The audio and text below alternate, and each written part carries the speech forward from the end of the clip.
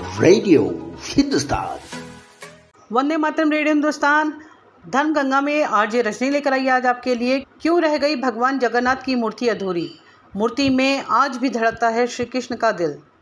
भारत के 4 धामों में से एक है जगन्नाथपुरी। कहते हैं कि यहाँ बाकी के तीनों धाम जाने के बाद अंत में आना चाहिए। उड़ीसा राज्य में स्थित पुरी में श्री जगन्नाथ मंदिर वैष्णव संप्रदाय का एक प्रसिद्ध हिंदू मंदिर है, जो जग के स्वामी भगवान श्री कृष्ण को समर्पित है। जगन्नाथपुरी को धरती का बैकुंठ कहा जाता है। इस स्थान को शाक्त क्षेत्र, नीलांचल और नीलगिरी भी कहते हैं। अनेकों पुराणों के अनुसार पुरी में भगवान श्री कृष्ण ने अनेकों लीलाएं की थी और नील माधव के रूप में यहाँ अवतरित हुए। उड़ीसा स्थित यह धाम भी द्वारिका की तरह ही समुद्र तट पर स्थित है। जगत के नाथ यहाँ अपने बड़े भाई बलभद्र और बहन सुभद्रा के साथ विराजते हैं। तीनों ही देव प्रतिमाएं काष्ठ की बनी हुई हैं। हर 12 वर्षों बाद इन तीनों मूर्तियों को बदले जाने का विधान है। पवित्र वृक्ष की लकड़ियों से पुनः मूर्तियों की प्रतिकृति बनाकर फिर से उन्हें एक बड़े आयोजन के साथ प्रतिष्ठित किया जाता है।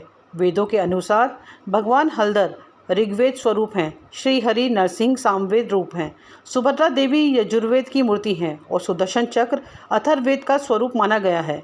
यहाँ श्री हरि दारू में रूप में विराजमान हैं।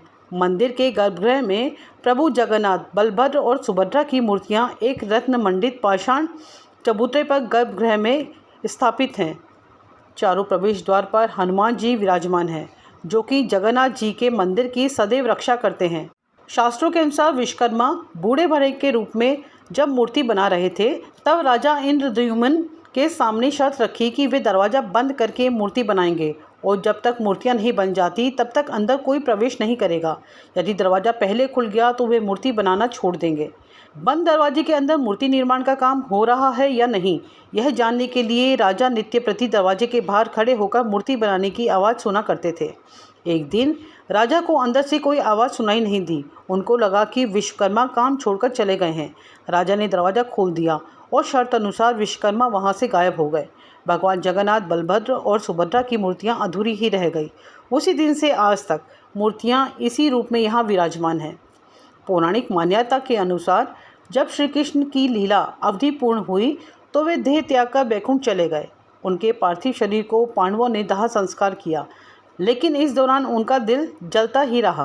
पांडवों ने उनके जलते हुए दिल को जल में प्रवाहित कर दिया।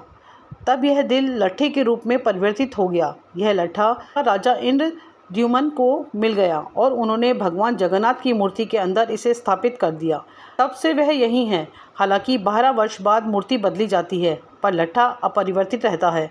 आश्चर्य की बात तो यह है कि मंदिर के पुजारियों ने भी इसे कभी नहीं देखा। लट्ठा परिवर्तन करते समय पुजारी की आंखों पर भी पट्टी बांध दी जाती है और हाथ कपड़े से ढके हुए रहते हैं। बगैर देखे और बगैर स्पर्श किए लट्ठे को पुरानी मूर्ति से निकालकर नई मूर्ति में स्थापित कर दिया जाता है।